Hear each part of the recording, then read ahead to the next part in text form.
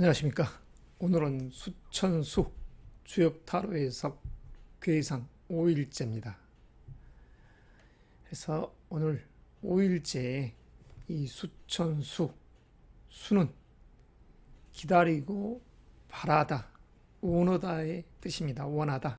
자기의 길과 이상을 향해 자기의 부족된 부분을 추구하는, 스펙을 쌓아가는 시간대가 바로 몽의 개였으면, 이제 수 카드는 기다림의 카드가 됩니다.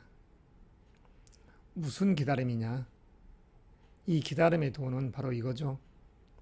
모든 스펙 관리를 하고서 자기 자질을 개발한 이후에 이제 명예, 직위를 향해서 나아가려는 꿈 있는 자의 이야기입니다.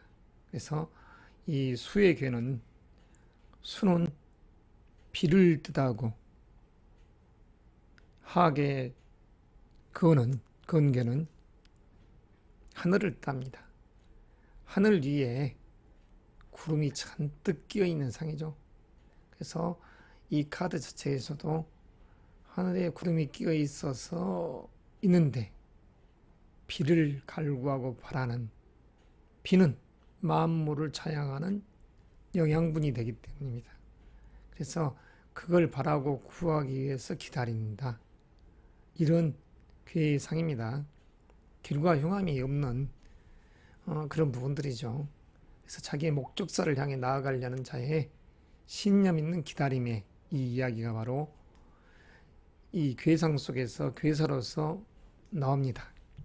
그래서 이 괴상을 보고서 이런 하늘 위에 구름이 잔뜩 끼어 있는 그 상을 보고서 주문왕께서 글로서 풀어놓은 것이 수는 유부, 광형, 정길, 이섭대천이라, 이런 글귀를 남기셨죠. 기다림이란 것은 믿음, 신념이 있기 때문에 빛나고 형통하다. 포부가 있기 때문에 꿈과 이상을 향해 나아가는 그 사람의 정신이 빛나고 형통하다는 것이죠. 그래서 곱고 바르게 지조 있게 그걸 지켜나가는 자에게 상소로움이 있다. 정길, 곱고 바르게 정도를 행하여 가니 기람이 있다.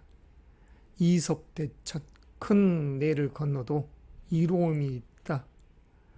이것입니다. 신천지를 향해서 바다 건너 나아가도 기람이 있다, 이런 뜻이죠.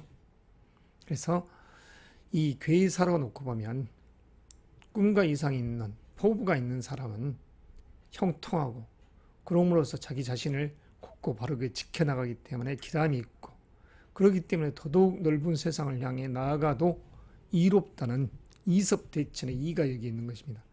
그래서 이 카드를 해석하자면, 타로적 해석을 하자면, 꿈이 있는 자에게는 기람이 있는 것이고, 꿈이 없이 그저 마냥 빈둥빈둥 호송세월하면서 기다린다는 것은 이로움이 없는 것이 되는 것이죠. 그래서 차후 이 각효의 기다림의 때 처세함에 있어서의 그 이야기거리가 나오지만 그건 차후의 이야기고, 지금 현재의 상에서는 큰 포부를 갖고 기다리는 자의 마음인 것입니다.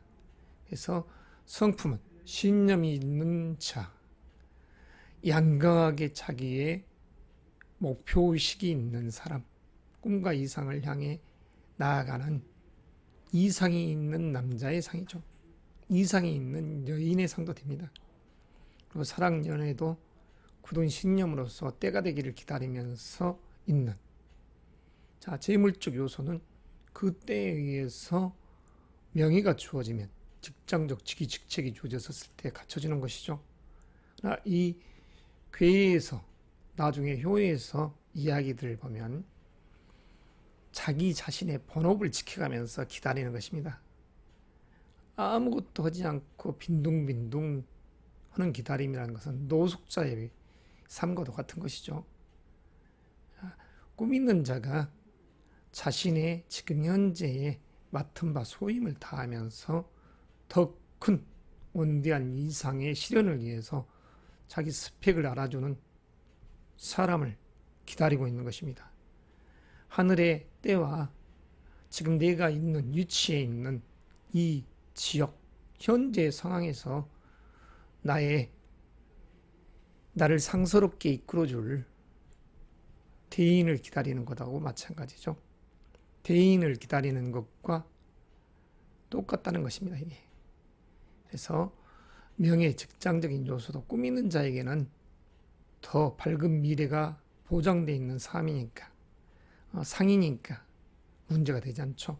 그리고 건강은 부단히 노력하는, 자기를 수신 제거하는, 그리고 치국하려는 그러한 꿈 있는 자이기 때문에 건강적 요소도 잘 컨트롤할 수 있는 기람이 있는 것입니다.